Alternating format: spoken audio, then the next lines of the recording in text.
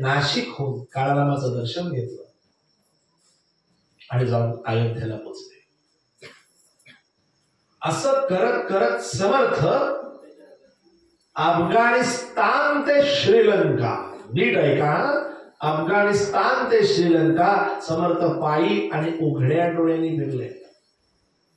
लक्षात घ्या, उघड्या डोळ्यांनी टर्म फार महत्वाची. तुम्ही मला नेमकं कसं, आता समजा कीर्तन संपल्यानंतर तुम्ही घरी जात असाल, जाणार आणि एकटे जात असाल, तर बघा आपण काहीच वेळात आपल्या विचारांमध्ये हरवून जातो. मी जातो घरीच म्हणजे काय झालं, आपण मेकॅनिकली घरी जातो पण मनस्थिती आपली कुठे दुसरीकडेच गेलेली असते. आणि समर्थ नेमकेप्रमाणे मनावर प्रचंड कंट्रोल असल्यामुळे उघड्या डोळ्यांनी फिरत होते. म्हणजेच आपल्या भोवताला काय घडतंय, देश काल स्थितीचं भान. जर आठवत असेल पूर्वरंग ज्यांनी अत्यंत सावधतेने ऐकलाय, त्याला आठवत असेल पहिली स्लाइड, पहिले ते हरिकथा निरूपण, दुसरे ते राजकारण, तिसरे ते सावधपण सर्व विषय. आता राजकारण हा विषय सुरू झाला. पहिल्या पूर्वरंगामध्ये हरिकथा झाली, रामाला दर्शन दिलं, पण रामरायाला दर्शन दिल्यानंतर एक महत्वाचा भाग समर्थाने केला, तो म्हणजे अखिल भारताचं तीर्थाटन केलं. आणि त्यात त्यांच्या लक्षात आलं की या मुघलांच्या काळामध्ये ज्या पद्धतीची अत्याचार होत होते हे सगळे समर्थांनी स्वतःच्या डोळ्यांनी पाहिलेले आहेत. सज्जन, आसमानी आणि सुलतानी नावाची समर्थांची रचना आहे. अनेक वर्ष अनेकांना माहिती आहे की आसमानी आणि सुलतानी या दोन कॅटेगरीज आहेत. एक आसमानी म्हणजे नॅचरल कॅलॅमिटीज आणि दुसरा सुलतानी म्हणजे त्यांनी केलेले अत्याचार. ज्याचा अनान्वित छळ जे काही चालू होते ते सगळे समर्थांनी स्वतःच्या डोळ्यांनी पाहिले. आणि मग समर्थांनी फार मोठं चिंतन केलं आणि मग खऱ्या अर्थानं आपल्या कॉर्पोरेट कीर्तनाची सुरुवात होते. ती कशी, कुठल्याही गोष्टीची वेळ यावी लागते. मराठी म्हटलं तसं गळावरती काकड आरती, आणि काकड आरतीला मी गेलेलो असताना, आता ह्याच्या आधी मी काकड आरतीला गेलो नव्हतो का, गेलो होतो ना, पण त्याशी ती वेळ होती. माझ्या हातावरती जे लोणी साखर आलं ते एकदम ताजं होतं. ते पटकन मनामध्ये फ्लॅश झालं की अरे लोणी ताजा आहे, म्हणजे कोणीतरी आता ताक केलाय. पहाटे 3:30-4च्या सुमारास, म्हणजे कोणीतरी दही, म्हणजे कोणीतरी काल विरजण काढलं, म्हणजे कोणीतरी धार काढले. असं करत करत मी विचारांनी गोशाळेपर्यंत गेलो आणि एकीकडे माझ्या समोर अक्षरशः एक सज्जन गडावरती एका कंपनीत जशी डिपार्टमेंट्स असतात तशी माझ्यासमोर डिपार्टमेंट्स यायला लागली. खरंय, पूजा विभाग वेगळा आहे, धान्याचा कोठार हा भाग वेगळा आहे, आणि ते आणण्यासाठी भिक्षेची यंत्रणा ही परत वेगळी आहे, ऍडमिनिस्ट्रेशन हा विषय वेगळा आहे, भोजन प्रसाद बनवणारे उत्पाद खाणं हा एक वेगळा मुद्दा आहे, कारण रोजचे 1000 लोक वरती प्रसादाला येतात. असं करता करता लक्षात आलं की एक कंपनीत जसं अनेक डिपार्टमेंट असतात तशी गडावर डिपार्टमेंट मला दिसायला लागली हो. आणि मग अलगद समर्थ एक एक ओवी अक्षरशः पूर्वाला लागले की याचा अभ्यास कर, याचा अभ्यास कर. माझा आणि धनश्रीचा, आमच्या दोघांचा व्यवसाय होता. BI टाटा अशी आमची कंपनी होती आणि त्याच्या अंडर आम्ही जवळजवळ 90 कॉर्पोरेट फिल्म्स केल्या. कॅडबरी, पितांबरी, फायझर, सॅन्डो, सिप्ला असे काही आमचे क्लायंट्स होते. मी नेहमी गमतीत सांगतो की आम्ही चपला, बूट, श्रीखंड पासून गुडघेदुखी सगळ्या मोतीबिंदूचं ऑपरेशन, अशा सगळ्या जाहिराती, अनेक फिल्म्स केल्या आणि अनेक क्षेत्रात वावरायला मिळालं. आणि त्यावेळेला प्रत्येक ठिकाणी गेलं की माझ्या बॅक ऑफ माइंड सतत दासबोध आणि वाटायचं अरे बरे हे डिपार्टमेंट असं रन होऊ शकतं, इथे दासबोधाची ही ओबी लागू पडते, हे लक्षात यायला लागलं. आणि मग कॉर्पोरेट कीर्तनाचा एक वेगळा आयाम मिळायचा. आणि पहिली गोष्ट लक्षात काय आली, पुढची स्लाइड लावा. सज्जन हो, समर्थांनी अख्ख्या हिंदुस्थानात 1100 मठ स्थापन केले. विचार करा, ज्यांचा व्यवसाय आहे त्यांनी फक्त हा विचार करा. मगाशी आमच्या निलेश वजेकडे मी बसलो होतो तेव्हा तो म्हणला की साधारण माझ्या फ्रँचायझी सगळीकडे आहेत. निलेशने 10 मिनिटं विचार करावा की आपल्या वड्याच्या 1100 फ्रँचायझीज आहेत, काय त्याला व्यापार करायला लागेल. असा प्रत्येक जण इथे जो जो बिझनेस करतो त्याने 2 मिनिटं विचार करा. राष्ट्रकार जाऊ दे, आपलाच बिझनेस, फक्त स्वार्थ, हरकत नाही, नो प्रॉब्लेम, नो परमार्थ. 1100 ऑफिसेस, किती मॅनपॉवर लागेल, किती व्यापताप करायला लागेल. हे 1100 मठ दाटून परमार्थ. आज तुम्ही 101 वर्ष हे करताय, हा सगळा परमार्थच आहे. हे करताना तुम्हाला काय काय करावं लागतंय त्याचा विचार तुम्ही करा. आणि हे सगळं दासबोधात ओवीबद्ध आहे. हो, ऐकून थक्क व्हाल. पुढची स्लाइड लावा. हा हिंदुस्थानचा नकाशा दिसतोय, त्याच्यात लाल लाल गोळे बघा. हे आजही मठ आहेत, त्यातले 350 मठ कार्यरत आहेत. आणि आता 7 तारखेला परवा इथं मी निघालो, उद्या पुण्याला, तिकडनं आम्ही चाललो हैदराबादला. आजही समर्थांचे 5 मठ हैदराबादला कार्यरत आहेत. त्यातल्या एका मठपतींचा सत्कार करायला आम्ही चाललोय. विचार करा, 400 वर्षानंतर सुद्धा हे मठ कार्यरत आहेत. काय अधिष्ठान असेल, रामरायाचं अधिष्ठान, नामाचं अधिष्ठान, समर्थांचं अधिष्ठान. पण सगळ्यात महत्वाचं म्हणजे या पद्धतीने हे उभं कसं केलं असेल. आणि याचा जे आम्ही विचार करायला सुरुवात केली, सज्जनो, आता केवळ आणि केवळ एक बिझनेस मॉड्यूल किंवा आपण जिथे नोकरी करतो त्या मल्टीनॅशनल मध्ये आज जी मुलं MBA करतायत, CA करतायत, लॉ करतायत, कशात तरी पोस्ट ग्रॅज्युएशन करतायत, त्या प्रत्येकाने दासबोध वाचला पाहिजे. आणि या पद्धतीने जर वाचला तर तुमच्याच प्रोफेशन मध्ये तुम्हाला हा ग्रंथ उपयुक्त होतो कसा. सज्जनो, जसं प्रत्येक कॉर्पोरेट कंपनीमध्ये मॅनेजिंग डायरेक्टरच्या केबिन मध्ये एक व्हिजन आणि मिशन दिलेली असते की हा आमच्या कंपनीचा गोल, तसा समर्थाने चिंतन करून महाबळेश्वर येथे पहिल्या मठाची स्थापना केली आणि एक ध्येय निश्चिती केली. ते पुढच्या स्लाइडवर आले. मराठा तितुका मेळवावा, महाराष्ट्र धर्म वाढवावा. इथे मराठा म्हणजे जो मराठी बोलतो तो मराठा, हे जातीवाचक नाही. हे समर्थांनी दिलेलं आहे. मराठा तितुका मेळवावा, महाराष्ट्र धर्म वाढवावा.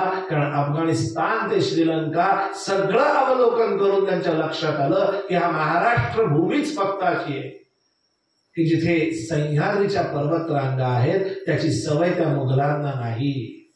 आणि महाराष्ट्रात शककर्त्याचा जन्म झालेला आहे, ते म्हणजे साक्षात आपले छत्रपती शिवाजी महाराज. सज्जन हो, शक्ती आणि युक्तीचा संगम आहे तो. आज ते दोघं नसते तर आता आपण हा मोकळा श्वास घेतलाच नसता. पण विचार कसा केला समर्थाने की एक शककर्त्याचा जन्म झालेला आहे, त्याच्यासाठी आधी एक भूमी तयार करणं गरजेचं आहे. आणि मग अवलोकन केलं, लक्षात आलं, अरे मणक्यात तुटलेला हा महाराष्ट्र आहे, या दणक्यात उभा करायचा असेल तर पहिल्या मनाची उभारी शिकवली पाहिजे. म्हणून मनाच्या श्लोकांची निर्मिती केली आहे, नुसती भिक्षेसाठी केलेली नाही. सगळ्यांची मनं खंबीर व्हायला पाहिजे म्हणून केली आहे. आणि मग समर्थाने काय करावं तर आजच्या भाषेत सांगायचं तर एक ब्रँड तयार केला. पुढच्या स्लाइड मध्ये रामदासी संप्रदाय याचं ब्रँडिंग केलेलं आहे. सज्जनो, खोटं वाटेल पण अप्रतिम कल्पना समर्थाने राबवली. आता तुमच्या समोर जे मी नेसलो आहे त्याला रामदासी छाटी म्हणतात, जे नवीन आहेत त्यांच्यासाठी सांगतोय. हा वेश नाहीये, हा कॉस्ट्युम नाहीये. मी ज्या वेळेला व्यासपीठावर बसतो तेव्हाच छाटी नेसतो, कारण इतर वेळी त्या छाटीची सुचिता माझ्याकडनं पाळणं होईलच असं नाही, कारण ती माझ्या समर्थांची आहे. त्यामुळे ज्या वेळेला मी ती सुचिता पाळू शकतो तिथेच मी छातीवरती असतो. समर्थांची रचना आहे, नव्हेतेची जावे लागे, नव्हेतेची खावे लागे, अशा गोष्टी होतात. त्यावेळेला या छातीचं पावित्र्य टिकलं पाहिजे म्हणून इतर वेळी मी यात नसतो. आणि सगळ्यात महत्वाचं, छाती म्हणजे रामदासी वृत्ती असली पाहिजे. मला अटेन्शन सीकर व्हायचं नाहीये. मी बाजूने गेलो तरी तुम्हाला कळलं नाही पाहिजे इतका मी तुम्हाला सहजगत्या कुठेतरी जीन्स आणि टी शर्ट मध्ये पण दिसायचे. आणि तसंच असलं पाहिजे, कारण रामदासी छाती ही फक्त रामदासी कार्यासाठी आहे. घडावरती याच छातीत असते. पण समर्थाने ही छाती देऊन तरुणांचं संघटन केलं आणि त्याच्यात एक जबरदस्त कल्पना काय केली असेल समर्थाने तर ब्रँडिंग करण्यासाठी त्यांनी ड्रेस कोड जसा मोठ्या कंपन्यांमध्ये मोठ्या कार्यापासून साहेबांपासून ते सामान्य कार्यकर्त्यांपर्यंत बघा सगळ्यांचे समसमान शर्ट पॅन्ट असतात, ती छाटी तशीच दिली मठपतीपासून ते साध्या भिक्षेकर्यापर्यंत प्रत्येक. आता काय व्हायला लागलं, वस्त्र समानतेमुळे ज्या ज्या गावातनं 50-50 तरुण जय जय रघुवीर समर्थ म्हणत जेव्हा भिक्षा मागत फिरत होते, सुरुवातीला लोक ओळखत नव्हते, नंतर हळूहळू छाटीमुळे लोक ओळखायला लागले. अरे छाटीच आहेत म्हणजे रामदासी दिसत आहेत. कसं ब्रँडिंग केलं विचार करा. इंटरनेट नव्हतं, सोशल मीडिया नव्हता, काय पद्धतीने केलंय, प्रिंटिंग टेक्नॉलॉजी नव्हती. अशा पद्धतीने याला व्हिज्युअल आयडेंटिटी म्हणतात. ती व्हिज्युअल आयडेंटिटी क्रिएट केली आपल्या समर्थांनी. सज्जनो, हा पर्स्पेक्टिव्ह ठेवून दासबोधाचा आयुष्य समृद्ध करणारा ग्रंथ आहे हो. म्हणून तर आम्ही एवढा जीव काढतोय सगळीकडे जाऊन. इतका सुंदर ग्रंथ आहे आणि त्याच्यामध्ये भिक्षा पुढच्या स्लाइडवर येईल. आम्ही भिक्षेसाठी जातो. समर्थ ज्या गावात एक मठ स्थापन करायचे, तो मठ चालला तर पाहिजे ना. शेवटी सैन्य पोटावर चालतं हो. मग भिक्षेच्या माध्यमातून काय. पण समर्थ असं नाही सांगतात की नुसतं धान्य घेऊन ये, नुसते पैसे घेऊन ये, असं नाहीये. नॉर्म्स आखून दिले. रोज 5च घरी भिक्षा मागायची. जेवढे मार्केटिंग वाले आहेत तरी बघा, मग रोज 5च भिक्षा, पण त्या 5 घरं रोज बदलली पाहिजे. रोज 5 नवीन घरी भिक्षा मागायची. म्हणजे काय होतं, 5 कोल्ड कॉल झाले. त्याचा रिझल्ट काय होतो, ओवीत लिहिलाय, भिक्षेने ओळखी होती, भिक्षेने भ्रम चुकती, सामान्य भिक्षा मान्य करीती सकल प्राणी. सज्जनो, इतकी डायमेन्शन्स आहे. तुम्ही छान अभ्यासकात विचार करा काय वाचलाय. पण भिक्षेने ओळखी होती. ज्या नवीन गावात तुम्ही जाताय तिथे फक्त जय जय रघुवीर समर्थ करून रोज 5च घरी भिक्षा मागायची. ती नवीन का? कारण रोज त्याच माणसाकडे गेलात तर त्याच्यावर भार होईल. नवीन गेल्याने ओळख होईल, तुमचं कार्य पोचतं, कार्याच्या माध्यमातून तो संघटनेत येतो. आणि सामान्य भिक्षा असल्यामुळे 1 वाटी डाळ किंवा 1 वाटी तांदूळ कोणीही देतं. सज्जनो, ही मास सायकोलॉजीचा अभ्यास आहे. आज आपल्या पोरांची मुंज केल्यानंतर त्यांना अशी खरंच 5 घरी भिक्षा मागायला पाठवा. त्यांना लक्षात येईल की आपल्या आई वडिलांचं नाव नाही सांगितलं तर कोणी 1 मूठ डाळ सुद्धा देत. भिक्षेने भ्रम चुकते. आणि आपण मुंजीचा श्रीमंती दाखवण्याचा इव्हेंट केलेला आहे. भिक्षावळीत आपणच जर दणादणा नाचणार असू तर त्या भिक्षावळीला काय अर्थ आहे मला सांगा. ती भिक्षा कोणी मागितली हो? दत्त महाराजांनी मागितली, गोरक्षनाथांनी मागितली, आपल्या समर्थांनी मागितली. आणि आपण भिक्षावळीत बिनधास्त सिनेमाच्या गाण्यावर जर नाचत असू तर हे अविवेकी कृत्य कोण करताय पहावे आपणास आपण म्हणजे कळेल. त्या भिक्षेचा त्याने राष्ट्रोद्धार शिकवलाय. ती भिक्षा काय आहे?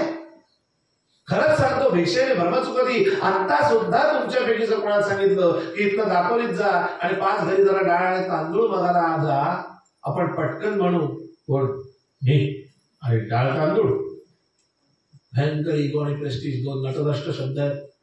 परमार्थाच्या कार्य ऐकायचं असेल तर पहिले हे 2 शब्द बाजूला ठेवावे लागतात. काटा शून्यावर आणावा लागतो, त्याशिवाय परमार्थाचं कार्य होत नाही.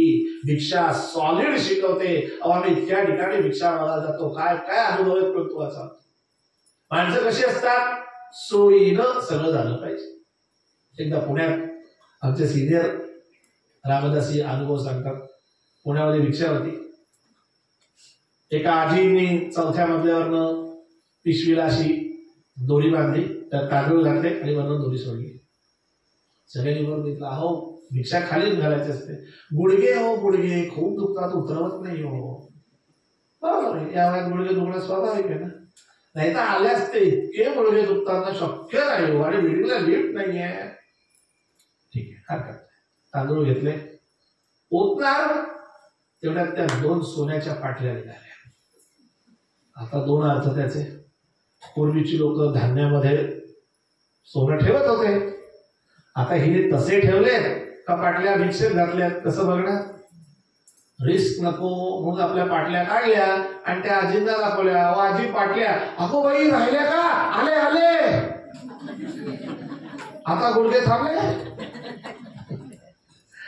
भिक्षा कशी शिकवते बघा. भिक्षा मिसे लहान तोरे परीक्षून काढावी.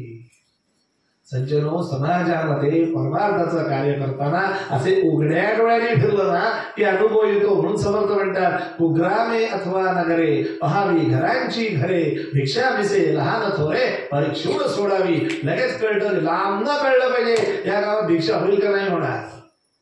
अंदाज आला पाहिजे हे कोणाला होईल. अहो, भिक्षेचे चटके काय आहेत. सकाळी 8 ते 12 आम्ही उन्हाचे चप्पल न घालता भिक्षेला जातो.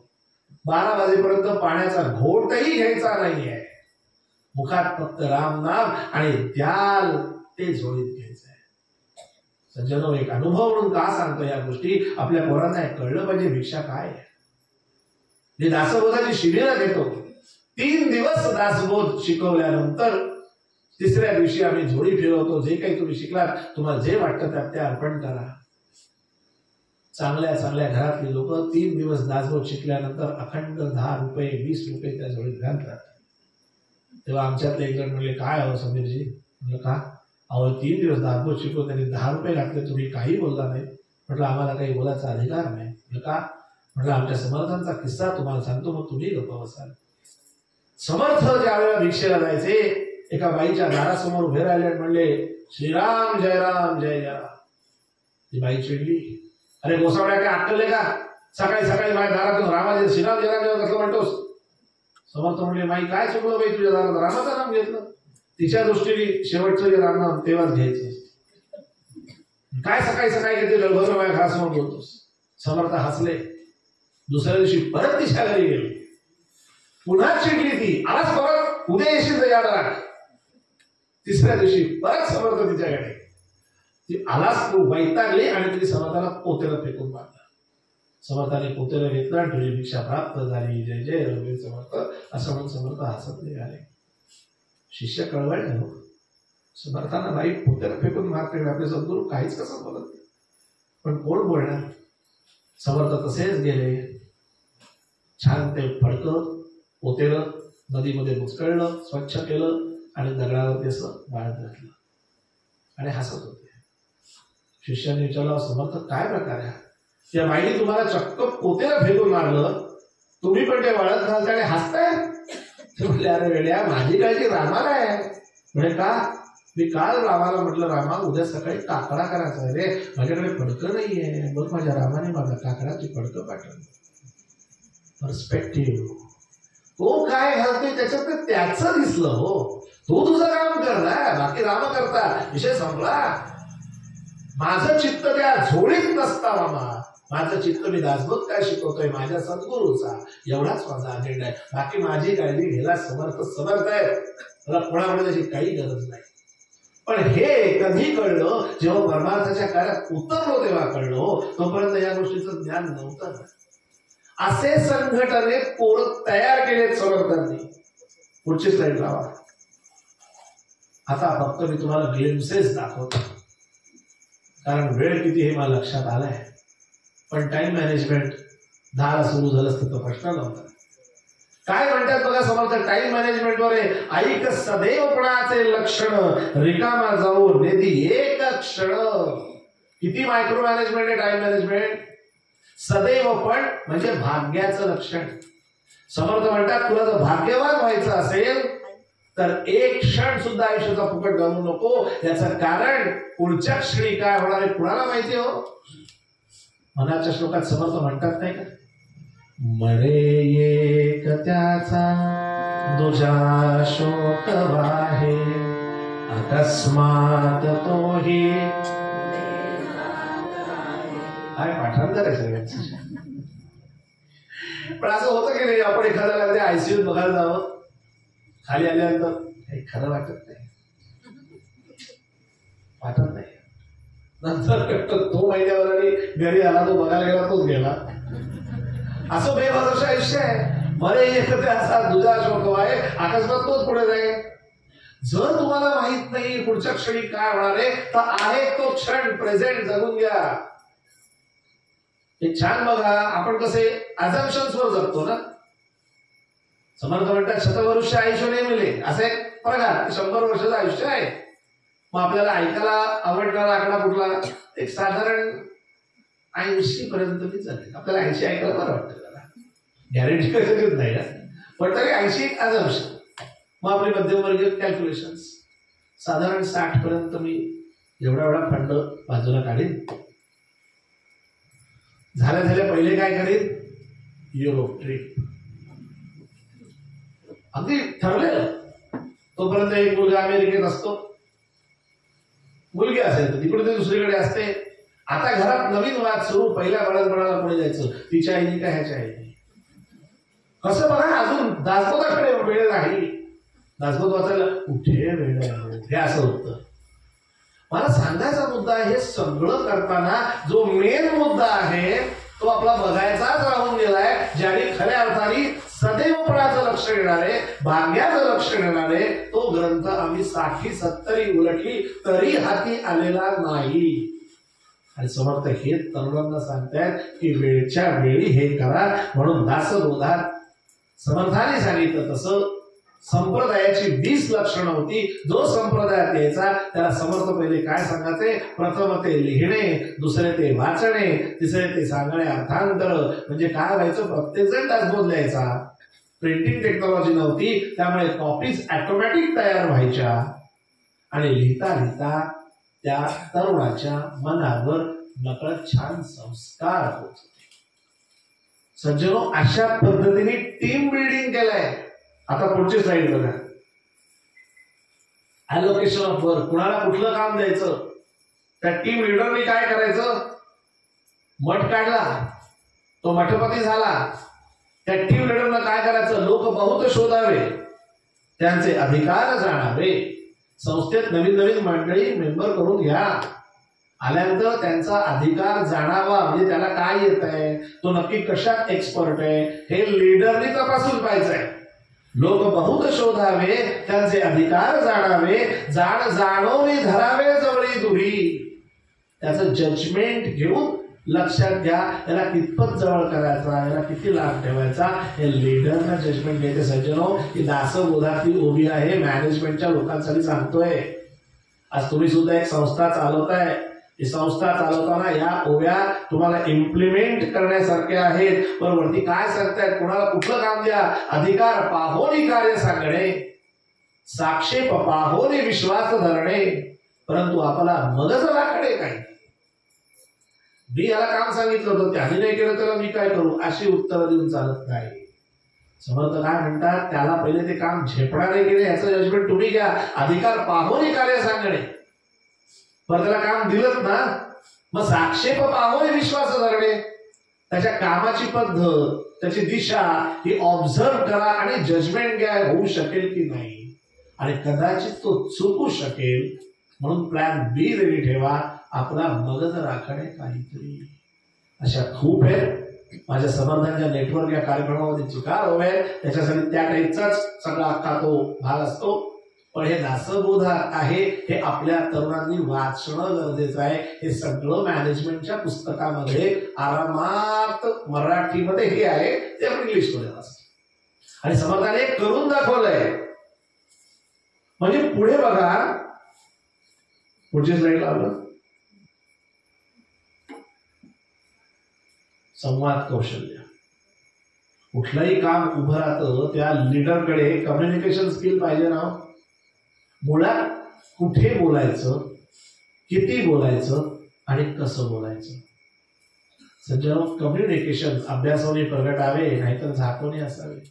पण प्रगटवणे नासावे हे बरे नव्हे. याचा अनुभव तुम्ही नक्की घेत असाल.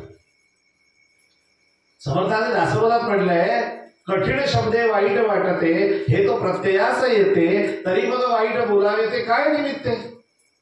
जर आपल्याला कोणी टॉन्ट मारला तर आपल्याला राग येतो ना, मग तुम्ही दुसऱ्याला टॉन्ट मारलं कसं चालेल, हे दासबोधात लिहिलेलं आहे.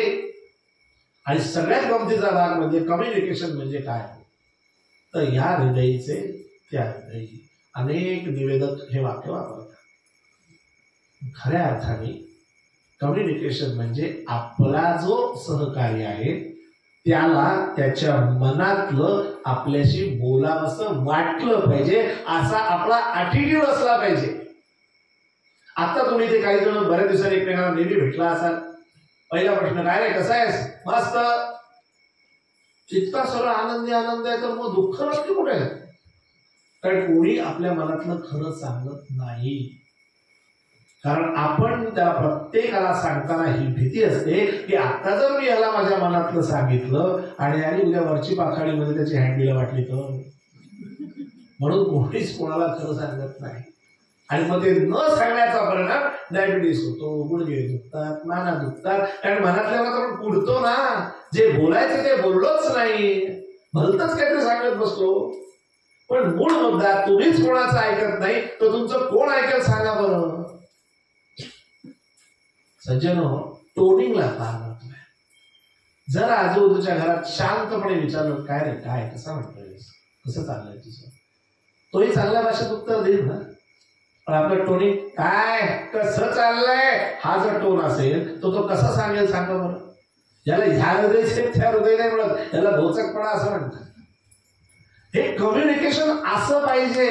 परमार्थात समर्थ शिकवत आहेत किंवा ज्या गावात तू रामदासी आहे तिथे तुझा PR झाला पाहिजे. पब्लिक रिलेशन जर तुला जमवायचं असेल तर तुझ्या जिभेवर साखर असली पाहिजे. याचा अर्थ खोटी स्तुती नाही, सत्यच बोल, पण सत्य सांगायची पद्धत बघा. हे ट्रेनिंग दासबोधात आहे सज्जनो. परत परत सांगतोय. आपण कीर्तनाच्या शेवटाकडे जातोय आणि सगळ्यात शेवटी पुढची स्लाइड, चाफळ. हे समर्थांचं कॉर्पोरेट ऑफिस. इथून समर्थ 1100 मठांचं नेटवर्क ऑपरेट करत होते. साधी सुधी गोष्ट नाहीये. समर्थांना 11 भाषा येत होत्या. आजही समर्थांच्या वेगवेगळ्या भाषांमधल्या रचना मिळतात. पुण्याच्या आदरणीय मनीषाताई बाठे यांनी त्याच्यावर सुंदर संशोधन केलं आहे. वेगवेगळ्या मठांना भेटी दिल्या आहेत आणि त्या त्या भाषेतल्या रचनांचं कलेक्शन केलेलं आहे पुस्तक सुद्धा. काशीच्या घाटावर जातीपातीत अडकलेल्या पांडेला समर्थांनी हिंदीत डफ वाजवून सांगितलं, मुदल गवाया पांडे तुने मुदल गवाया रे. ही समर्थांची रचना आहे. त्याने वेड्या, आत्ता काळ हिंदूंनी एकत्र येण्याचा आहे. तू जातपात कसला करत बसलायस? तुझं मुद्दल काय आहे? तुझं मुद्दल हेच लोक आहेत. त्या पांडेला समर्थ म्हणतात, मुदल गवाया पांडे तुने मुदल गवाया. अशा हिंदीमध्ये रचना आहेत, पंजाब गुरुमुखीमध्ये रचना आहेत. समर्थांना दक्षिणेतल्या भाषा आहेत. मी झालोच आहे हैदराबादला, तंजावरला समर्थांचा मठ होता. 11 भाषा समर्थांना येत होत्या. आणि प्रत्येक ठिकाणी जाऊन, त्या गावात त्या प्रांतात जाऊन, त्या प्रांताची भाषा शिकून त्या भाषेत समर्थ कीर्तन करत होते. आणि कीर्तनाच्या द्वारे तरुणांमध्ये मुख्य ते हरिकथा निरूपण, दुसरे ते राजकारण, तिसरे ते सावधपण, सर्व विषयी हे त्यांना शिकवत होते. हे फक्त जवळच्या 11 मारुती हे प्रातिनिधिक आहे. असे 1111 मारुती समर्थांनी स्थापन केले. हे फक्त 11 मारुती इथेच नाही, पण या प्रत्येक मारुतीच्या देवळामध्ये समर्थ मुलांना व्यायाम शिकवत होते, बलोपासना शिकवत होते, मन खंबीर करत होते, बुद्धी तीक्ष्ण करत होते, त्यांना पारमार्थिक बनवत होते, वैराग्य निपुण करत होते, ओजस्वी बनवत होते. आणि आज आपल्या देशाला अशाच संघटनांची आणि अशाच तरुणांची गरज आहे. ती रामदासी संघटना ही एक साक्षर संघटना समर्थांनी उभी केली आणि त्याच्याद्वारे 1100 मठ उभे. सज्जन हो, अशा या आपल्या समर्थांची दासनवमी, म्हणजे ज्या दिवशी समर्थांनी देह ठेवला ती दासनवमी. इतकं का ठासून सांगितलं? दासनवमीच्या दिवशी लोक मला शुभेच्छा देतात. दासनवमीच्या शुभेच्छा, कारण त्यांना माहितीच नाहीये की दासनवमी म्हणजे समर्थांचा वाढदिवस नाही. समर्थांनी त्या दिवशी देह ठेवला. रामनवमीच्या दिवशी बरोबर 12 वाजता समर्थांचा जन्म झालाय. त्या समर्थांचा जन्म रामनवमी, आणि ज्या दिवशी समर्थांनी देह ठेवला त्या नवमीला दासनवमी. असे हे आपल्या समर्थांचं चरित्र. गेले 2 तास मी त्यात तुमच्यासमोर मांडतोय. मला कल्पना आहे 12:30 वाजत आलेले आहेत, म्हणून मी काही गोष्टी जरा आवरत्या घेतल्या, कारण काहींना झोप आवरत नाहीये असं वाटायच्या आत मी थांबतो. फक्त एवढंच सांगतो ते आपल्या पुढच्या तरुणांसाठी या पद्धतीची कीर्तन, अशी निरूपण किंवा अशा टाईपच्या अनेक व्याख्या त्यांना इथे बोलवा.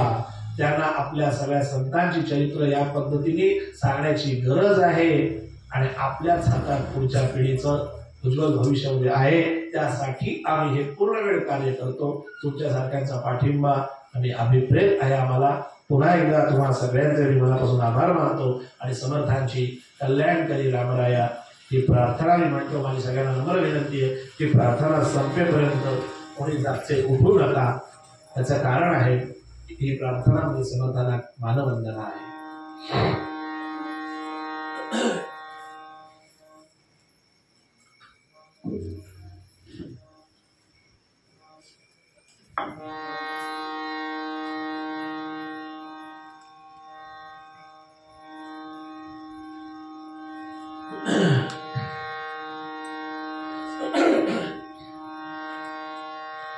कल्याण करी राम राया, राम राया, कल्याण करी राम राया, कल्याण करी राम राया, राम राया, कल्याण करी राम राया. जनहित विवरी, जनहित विवरी, जनहित विवरी, कल्याण करी राम राया, राम राया, कल्याण करी राम राया.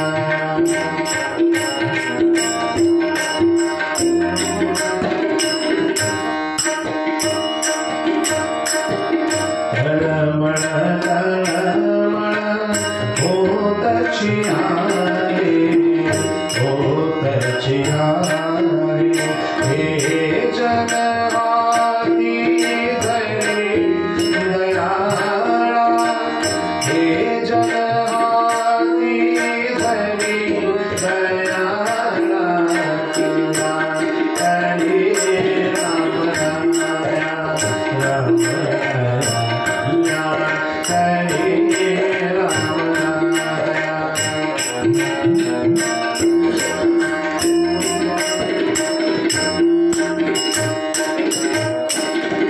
अपराधी जन सुखतची गेले, सुखतची गेले, तुझा तुझी सादरी दयाळा, तुझा तुझी सादरी दयाळा, करी राम राया, राम राया, करी राम राया.